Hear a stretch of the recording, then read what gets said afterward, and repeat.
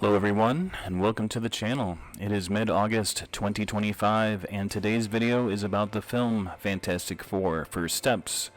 There will be some spoilers about plot and characters, fair warning. I saw the movie twice and didn't really care for it. The bad? They already made this movie in 2007 with The Rise of the Silver Surfer, where Galactus is coming to destroy Earth and the Fantastic Four must stop him. And I didn't care for the casting of the Fantastic Four, the exception being the Thing, because he's played by Richie from The Bear. I thought that casting 50-year-old Pedro Pascal as Reed Richards was a horrible decision, and though his performance was better than what I thought it would be, it was still underwhelming. The good news. The only compelling thing I took away from this film was the potential romance of the Human Torch and the female Silver Surfer.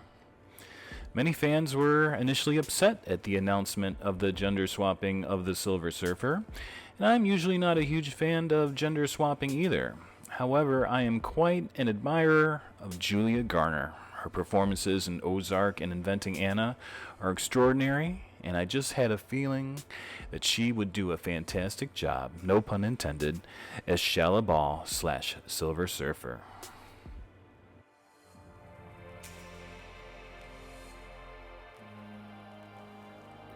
Not to mention, the MCU could definitely use a hot new romance. Thor and Lady Thor, Vision and Wanda, Tony and Pepper, Steve and Peggy, Peter Parker and MJ, Star-Lord and the original Gamora? With most of these, the couples are boring and/or one of the pair have died.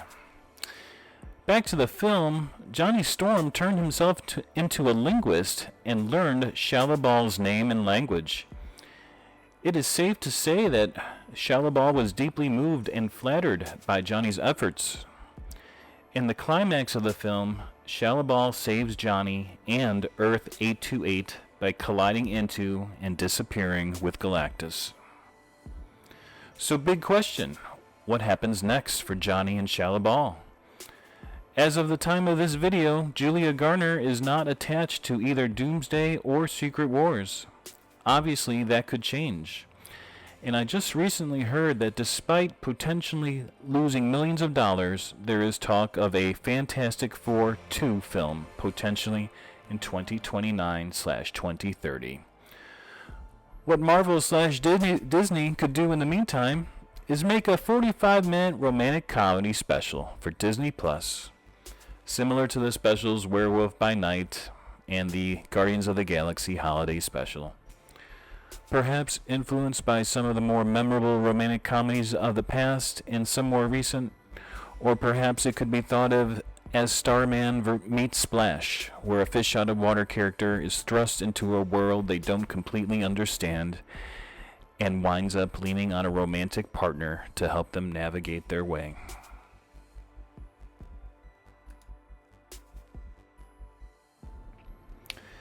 Since Fantastic Four: First Steps appears to take place in a pseudo mid-1960s universe, I have researched and found 5 songs that were released on albums in 1965 and have incorporated them with a potential storyline for the reuniting of Johnny and Shalla-Bal.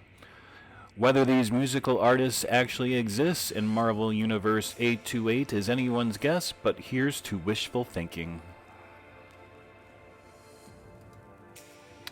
The first song chosen is I've Never Been in Love Before by Frank Sinatra, appearing on his 1965 compilation album, Sinatra 65. Sinatra's version originally appeared on what probably would now be called and best described as a 4-album multi-artist compilation box set released in 1963/64. So why are we hearing this song? Because it's been several months after Shalla-Bal has disappeared and Johnny is feeling the blues. He tries to forget her by working out, cooking with Herbie, working on cars, going on dates with uninteresting women, but nothing seems to help as he cannot forget the mysterious, beautiful, and sexy Shalla-Bal. One night, Reed, Sue, Franklin, and Ben are away on a trip, and Johnny is all alone at the Baxter Building. He looks out the window and sees something approaching in the distance. Of course, it's Shalla-Bal. She comes to the window, and Johnny is overjoyed.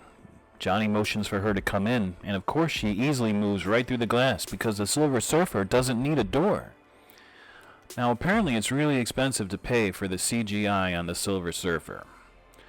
I was watching the Silver Surfer animated series from 1998, and in episode 10, Return to Zen-La, the Silver Surfer simply puts his hands together and boom, he transforms back into Norrin Radd.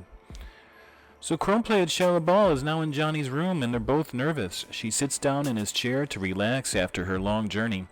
She asks Johnny if it's okay for her to undo the power cosmic, which means he will see her in her natural form, and of course he agrees. And boom, we have the beautiful Julia Garner without the silvery chrome appearance. Instant CGI cost savings. Now, Shalla-Bal probably hasn't showered in years, and she just traveled millions, perhaps billions of miles. So Johnny offers his shower to her. He grabs her a change of clothes from his sister Sue's room. Johnny turns on the shower, provides her with a clean towel, and explains the differences between shampoo, conditioner, and body wash. After her shower, the squeaky clean Shalla-Bal is starving, so of course they go to the kitchen for a snack in their cozy bedtime clothes. Herbie is there and he helps out. Shalla-Bal hasn't eaten or drank anything in years, as the Silver Surfer has no need for nourishment and has no biological bodily functions. The kitchen turns into a mess as Shalla-Bal eats all the food and drinks all the Canada Dry ginger ale that is in the refrigerator, except for one bottle.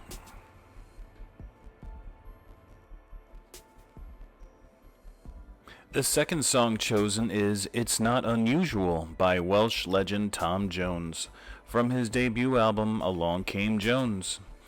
The next morning, Johnny and Shalla-Bal innocently wake up together, and Shalla is the big spoon and Johnny is the little spoon. Shalla asks Johnny what their plans are for the day, and he suggests that they go out for breakfast and go shopping for some new Earth 828 clothes for her. So why are we hearing the song? Because it's a romantic comedy montage sequence, and Johnny and Shalla-Bal are having a great time together. They go out to breakfast, they go shopping for new clothes, they go bike riding, they go to the movies, and finally they get ice cream. However, Shalla-Bal steals Johnny's ice cream after she devours hers. The third song is Fly Me to the Moon by the legend Tony Bennett. The song is from the studio album If I Ruled the World, Songs for the Jet Set, released in April 1965. Sinatra's version might be more famous and energetic, but Bennett's version is a wonderful, tender, sentimental ballad. So why are we hearing it? Because later that night, Johnny and Shalla-Bal are hanging out on the roof of the Baxter Building, and she requests a nighttime flight with Johnny, as she has never flown without using the power cosmic. Very similar to the vibe of the scene from 1978 Superman, Johnny and Shalla-Bal hold hands and smile. Eventually they embrace mid-air, and they look into each other's eyes and kiss in the night sky. The fourth and penultimate song is Feeling Good by actress-singer Julie London. Why are we hearing it? After they return home from their romantic night flight, the energy of their romantic feelings amps up, and finally the star-crossed lovers give in to their primal urges and their passion explodes. As they enter Johnny's room, he uses his fingertips to light candles to amplify the ambience. And that's all we see, folks, 'cause it's Disney. The fifth and final song is Unchained Melody by the Righteous Brothers from their 1965 album Just Once in My Life. Both members of the group wanted to sing the song for the album as a solo effort, and the decision was determined by a coin toss, and the guy with the higher voice won. Some things were just meant to be. So why are we hearing it? Johnny and Shalla-Bal continue on with their fun romance, but nothing lasts forever, and eventually Shalla-Bal decides to leave Earth 828. Perhaps she wishes to return to her home planet of Zenla. Johnny is sad to see her go, but he understands and is supportive of her. Once again on the roof of the Baxter building at night, Shalla-Bal kisses Johnny goodbye. She activates the power cosmic, steps onto her silver surfboard, and flies away into the night sky. And all Johnny can do is watch as her silver light dims. Well, there you have it, folks. My 2 cents about the only thing that I personally found interesting and compelling in the unfortunate third and final Marvel financial failure of 2025. Thanks for watching. Don't forget to like and subscribe.